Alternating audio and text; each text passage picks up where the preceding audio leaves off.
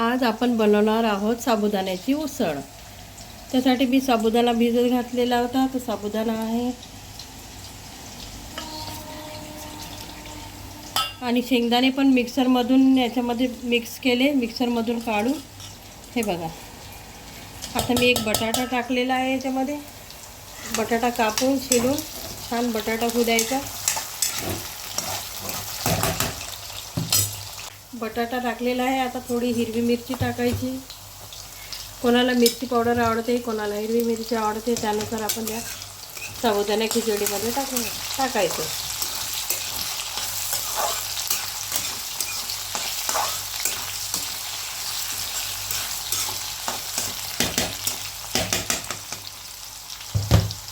तर बटाटा आणि हिरवी मिरची छान झालेली आहे।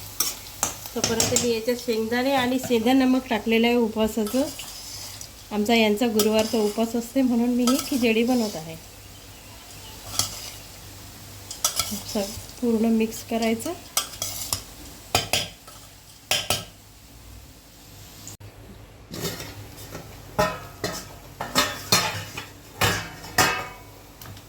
बघा 10-15 मिनटं झालेली आहे।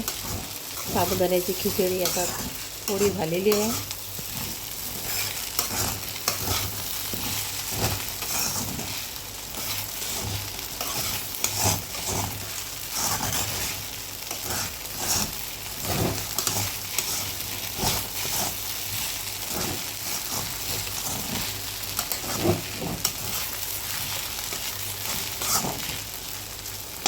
थोडी बाकी आहे, आणखी थोडंसं 5-10 मिनटं आणखी मी झाकून ठेवते, याला वाफेवर होऊन जाईल।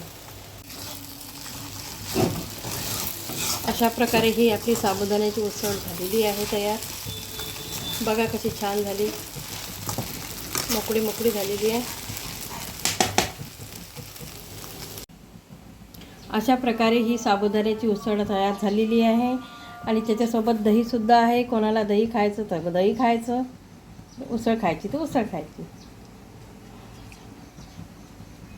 हा व्हिडिओ आवडल्यास माझ्या चॅनलला सबस्क्राईब करा, लाईक करा आणि शेअर करा। धन्यवाद।